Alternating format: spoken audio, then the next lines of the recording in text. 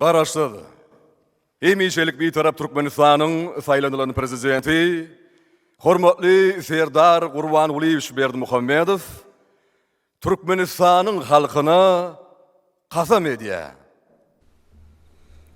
Türkmenistanyň prezidentiniň wezipesine girişmek bilen öz üstüme yüklenen beýik borçlary, mukaddes we ak yürekli, hormat bilen we ýadawsyz ýerine ýetirmäge, Türkmenistanyň döwlet garaşsyzlygyny we bitaraplyk hukuk ýagdaýyny goramaga, adamyň we raýatyň hukuklaryny we azatlyklaryny hormatlamaga hem-de goramaga, Türkmenistanyň konstitusiýasyny berja etmäge we goramaga, ähli güýjümi we ukymy türkmen halkynyň agdybirligine, onuň parahat durmuşyny goramak üçin bagş etmäge, Türkmenistanlaryň häzirki we geljekki nesilleriň şöhratyny hassa belende götürmekler üçin ähli mümkinçilikleri peýdalanmaga, türkmen halkyna wepaly we dogruçul hyzmat etjekdigme dawraly kasam edýär.